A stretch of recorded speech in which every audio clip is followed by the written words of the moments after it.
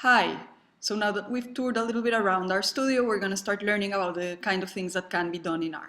So a basic but useful thing that we can start with, and I think this was already shown in the tour, is that R can be used as a calculator. So if I stand on the script and type 1 plus 1 and run that line of code, I get the expected answer.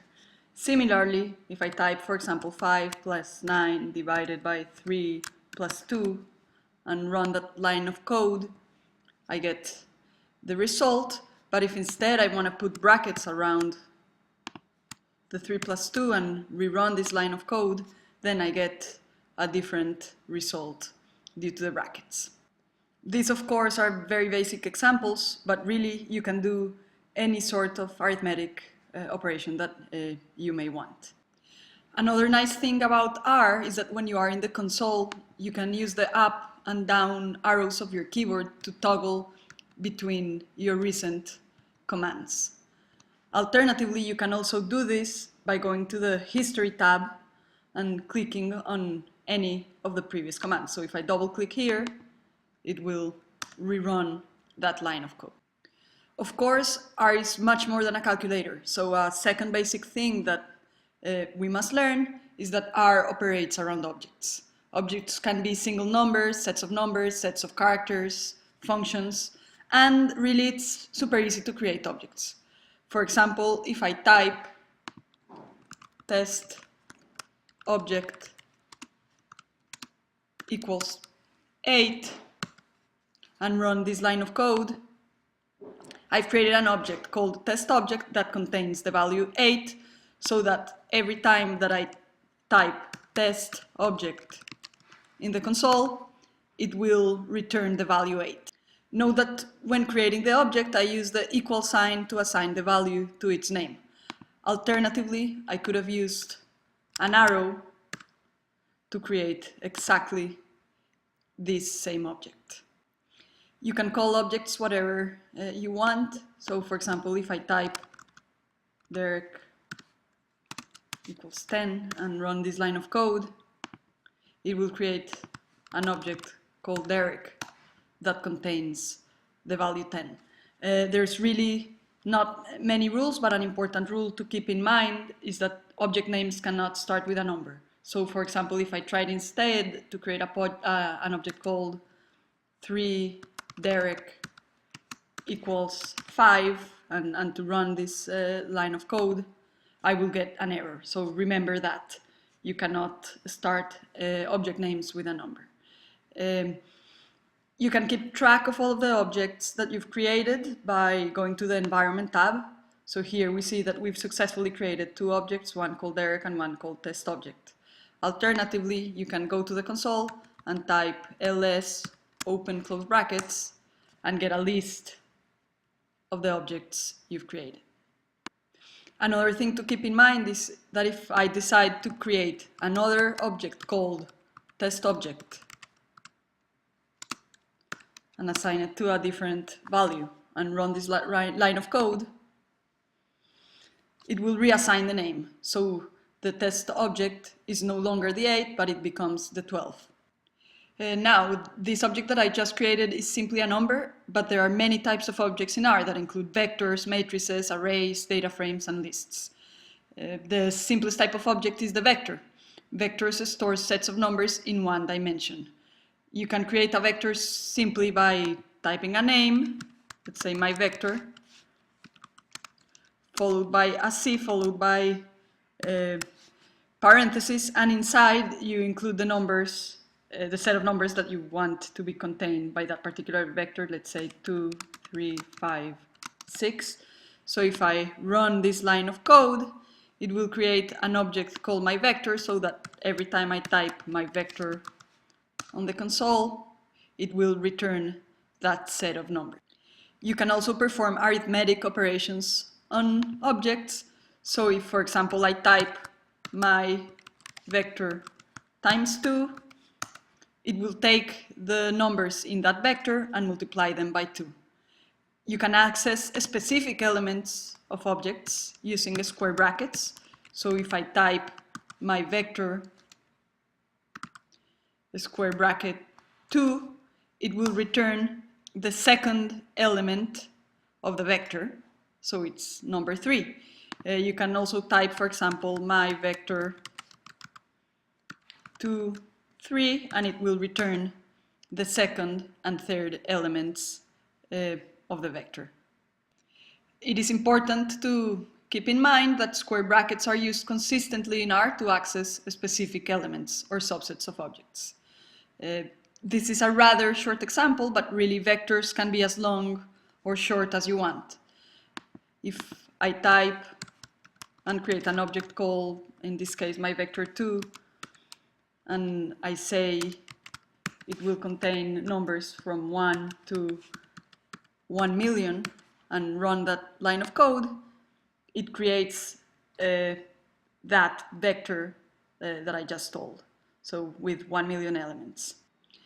Note that I've used a C to group the numbers in the vector.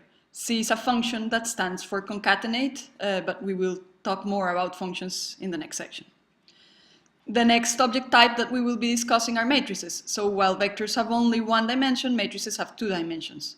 So let's assume that we want to create a 3 by 3 matrix that contains the numbers 1 to 9.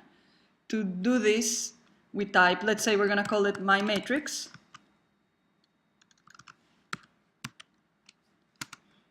So we type matrix, followed by parentheses, followed by the numbers that the matrix will contain, followed by the number of columns, in this case 3 as we said, and the number of rows, 3 again.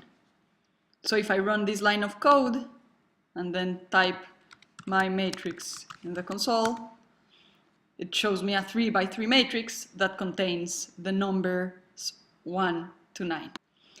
Similarly, we can perform arithmetic operations on this newly created matrix. So my matrix divided by 2 will divide all of the values of that matrix by 2. And similar, we can access specific elements of the matrix. So my matrix, square brackets, 2, comma, will return the second row of the matrix, and my matrix, comma, 1 will return the first column of the matrix. So note that the first index refers to the row and the second index refers to the column. But what if we actually want to go beyond 2 dimensions? For that we have arrays, and arrays can have as many dimensions as you want. In fact, matrices are a special case of a 2-dimensional array. To create an array, let's say we're going to call it my array. You type array, followed by the values you want the array to take, in this case 1 to 24, and followed by the dimensions you want the array to have.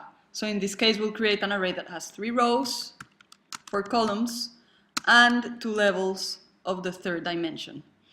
So if I run that line of code and then type my array, it shows me the array that I just created with 3 rows, 4 columns, and 2 levels of that 3rd dimension. Again, as in the case of matrices, we can access specific elements or dimensions. So if I type my array 1, comma, comma, again using the square brackets, it will return the first rows. Well, if I type my array, comma, comma, 2, it will just show me that second level of the 3rd dimension. And as I said before, there's really no limit to the number of dimensions that an array can have. So far we've introduced vectors, matrices, and arrays that generally only take numeric values. Another data object type that you'll be using a lot are data frames. And data frames are nice because you can have variables that contain numeric values, also character values, dates, and factors. So really data frames are one of the most useful object types.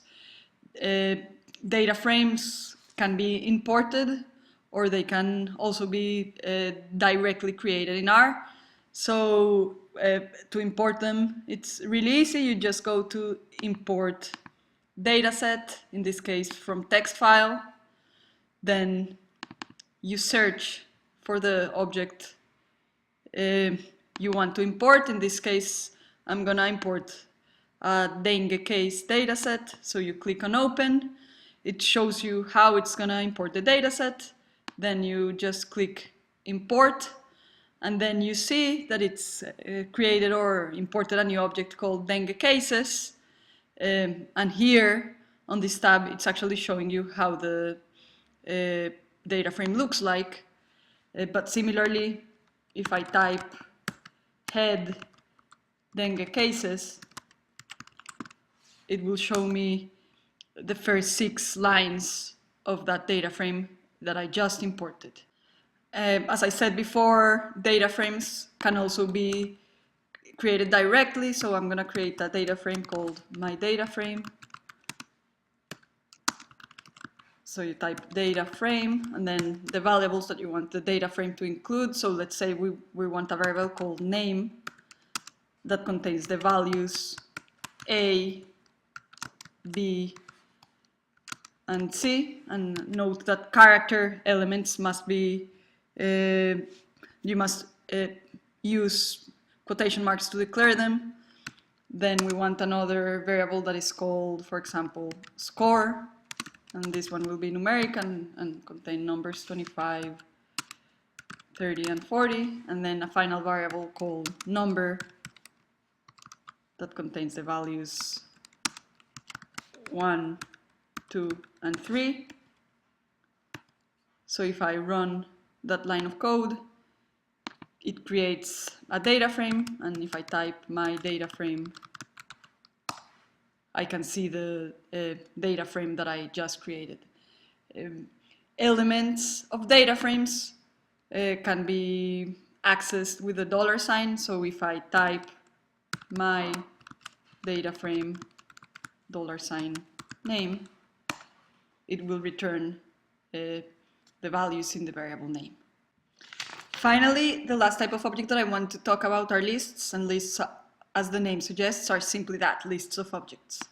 So I can create a list. Let's say we're going to call it my list by typing list, followed by parentheses, followed by the objects that you want that list to include. So in this case, I'm going to say vec equals my vector. So it will include the object my vector. Mat equals my matrix. So it's going to include that object as well. And that equals my data frame. So if I run this and then type my list, it shows me that the list that we just created has one element called vec that contains the vector, one element called mat that contains the matrix, and one element called that that contains the data frame. We can access specific elements of the list as well using the $sign. So my list will return the matrix. Alternatively, you can also access specific elements with the double squared brackets. So my list double squared brackets 2 will also return that element. This concludes this section. In the next section, you will learn about functions in R.